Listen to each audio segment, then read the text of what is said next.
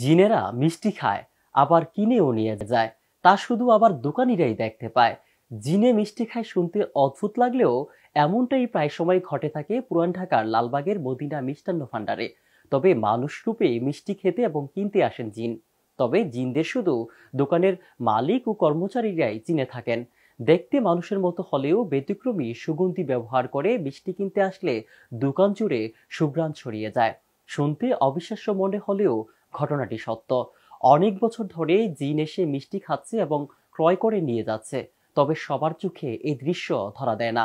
তবে দোকানিরা জানান, যতই দিন যাচ্ছে ততই তাদের দোকানে জিনদের মিষ্টির চাহিদা বাড়ছে। দোকানের কর্মচারীরা আরো জানান, নরম জাতীয় মিষ্টি যেমন ছানা, চমচম, মালাই চপ ইত্যাদি আইটেমের মিষ্টি বেশি পছন্দ করে জিনেরা। জিন যেহেতু কোরআন হাদিসের মাধ্যমে এটা আল্লাহ তাআলা বলেছেন যে জিন আছে একটা জাতি, অর্থাৎ মানুষ যেমন একটা জাতি, জিন একটা জাতি।